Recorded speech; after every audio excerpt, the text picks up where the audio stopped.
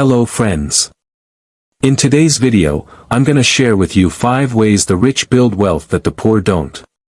If you're new to the channel, then hit the subscribe button below for our life-changing content. Method number 1.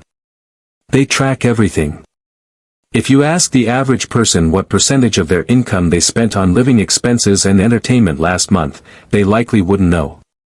You would probably get the same blank stare if you asked them how much they saved last month. This isn't shocking, as 61% of American adults don't employ any form of budgeting. But if you ask a rich person, they will tell you that budgeting your expenses and tracking your spending is critical to financial success. Many rich people use that two-step process to budget their money. First, they determine their expected income for the upcoming month. This will include their salary or business income, as well as possibly income earned through their investments. This total figure will be the starting point when they employ the 20-30-50 budgeting method. This budgeting technique works by dividing your income in the following way: 50% is designated for living expenses like rent, utilities, and groceries. The next 30% goes toward entertainment costs, like going out to eat or seeing a movie. Finally, 20% is meant to go right into your savings account. Once their budget has been established, the rich then diligently track their spending. Most millionaires will connect their credit cards to apps like Mint that automatically categorize their purchases into budget categories.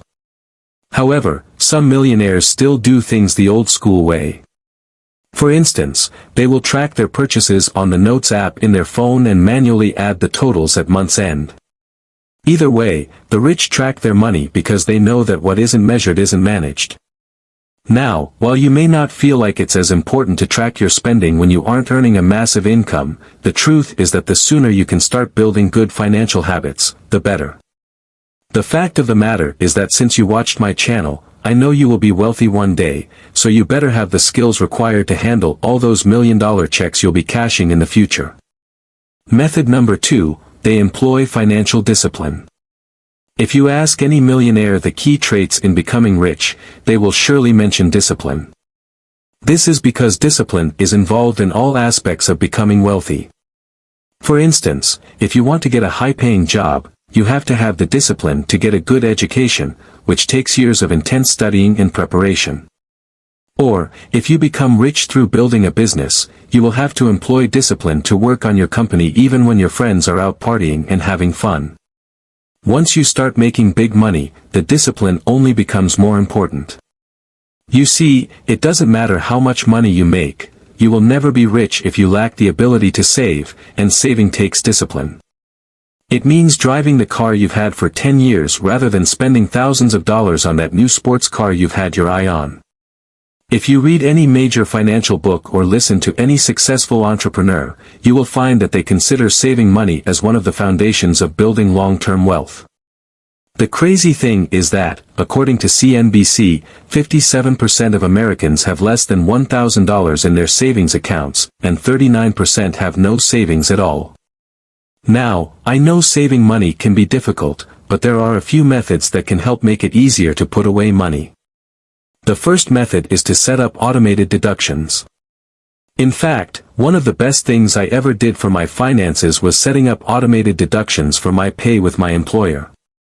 In essence, what these deductions allowed me to do was send part of my paycheck directly into a savings account instead of the full amount going right into my checking account.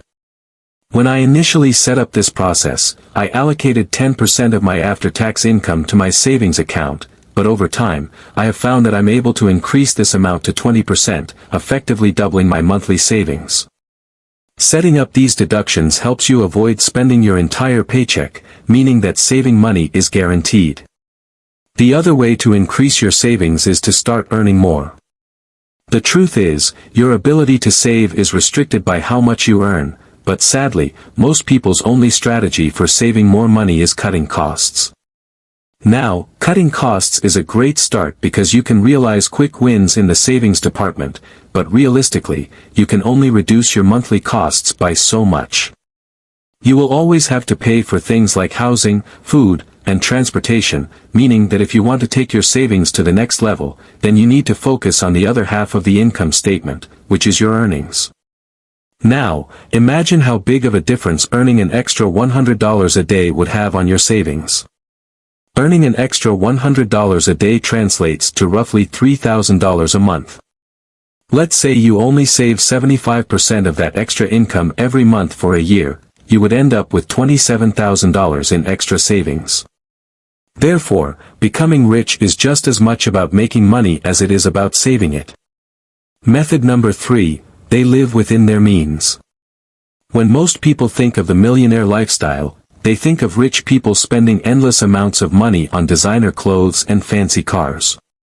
But in reality, millionaires are quite responsible spenders who live within their means, and one of the ways they have been able to amass the wealth they have is by avoiding the income trap.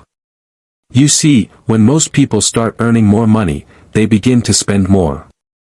For instance, your standard sedan may suffice when you're earning $50,000 a year, but when you suddenly find yourself earning double, you may gravitate toward getting a luxury vehicle instead. This rise in spending can be attributed to what's known as Parkinson's law. Parkinson's law states that work expands so as to fill the time available for its completion, and in the financial context, it means that you will spend up to the amount you have available. Available doesn't just mean the money in your bank, which is why people will go broke and then some by maxing out their lines of credit and credit cards. The reason this phenomenon takes place is due to a lack of financial control. Unfortunately, school teaches things like how to find the slope of a line or how to write in cursive, but it never teaches you how to create and maintain a budget, aka real-life skills. Therefore, unless you have family or friends who bestow sound financial principles upon you, then you are almost destined to run into money management issues later in life. This habit of living below your means is especially important for those who run their own businesses. This is because, as a business owner, there will be good times when you're making significant revenues, and bad times when your business will decline. But if you spend well beyond your means when times are good, then you will not be able to weather the storm of harsh economic times, likely causing your business to go bankrupt. Once you master the art of living within your means, it can set you up perfectly to begin employing. Method number 4, they put their money to work. Life is like a game of Monopoly. The person who owns the best properties on the board makes the most amount of cash. Not only do these investments generate positive income as the game goes on, but they can also be disposed of for a significant lump sum at the end of the game. However, you can only acquire these investments with your cash, which is why the rich put their money to work through investing. Unfortunately, when the average person gets paid, they either spend it or stick the money in their savings account. Now, putting money in a savings account is definitely better than blowing it on frivolous items, but the problem with this method is that sending money to your savings account every month will not grow your wealth. The average savings account yields just 0.09% interest annually, which means that even if you have $50,000 in savings, you would earn a measly $45 in interest. This is why the rich make a point to put their savings to work through investing, and the earlier you can start investing, the better.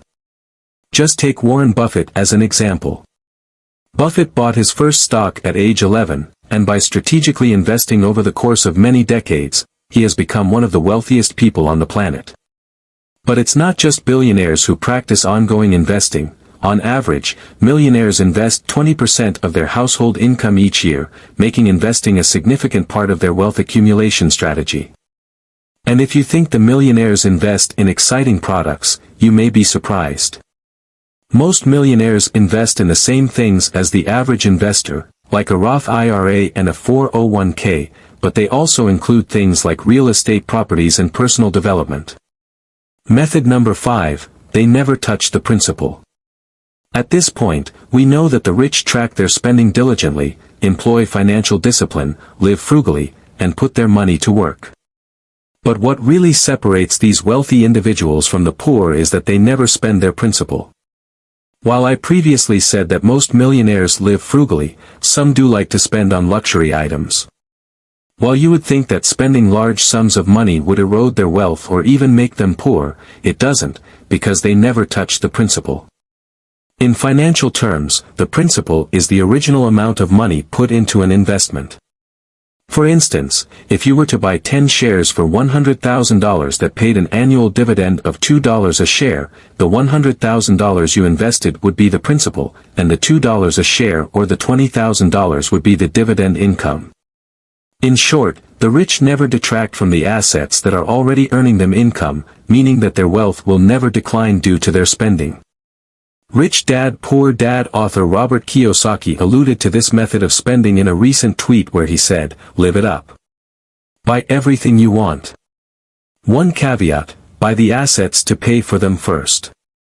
Kiyosaki has been known to use his basket of investment properties to fund his purchases, like when he goes on vacation or buys a new car. Unfortunately, most people generate their cash flow in the form of active income by trading time for money. When you only earn active income, it means that any money you spend is directly reducing your wealth, as income earned but not invested will never grow to a point where you can spend the excess cash it produces. So, what type of investments can you use to make passive income? Some of my favorite passive income methods include investment properties, dividend stocks, and real estate investment trusts, otherwise known as REITs. Investment properties allow you to invest in a building with your down payment, i.e., your principal, and cash flows through the profits you make from your tenants' rent payments. Dividend stocks are also great because they pay you quarterly or annually without you having to reduce how much money you have in the market. Finally, a REIT is a real estate investment trust, and essentially, it's a company that owns or produces income-producing real estate. You can think of a REIT as a mutual fund for real estate investing, and like a fund, the way you own it is by buying stocks. You see, when you want a stock in a REIT, you are buying a share of the profit produced by that real estate investment. It's a way to invest in real estate without the hassle of being a property owner, and every time profits are shared, you will receive your portion of the cash distributed. The best part is that there is no property maintenance, no dealing with tenants, and no chasing rent payments required. In summation, if you want to continue growing your wealth while still being able to spend from time to time, you must only spend the income that your assets generate and never the principal. Thanks for watching. If you want to go from the life you have to the life you deserve, then hit the subscribe button now.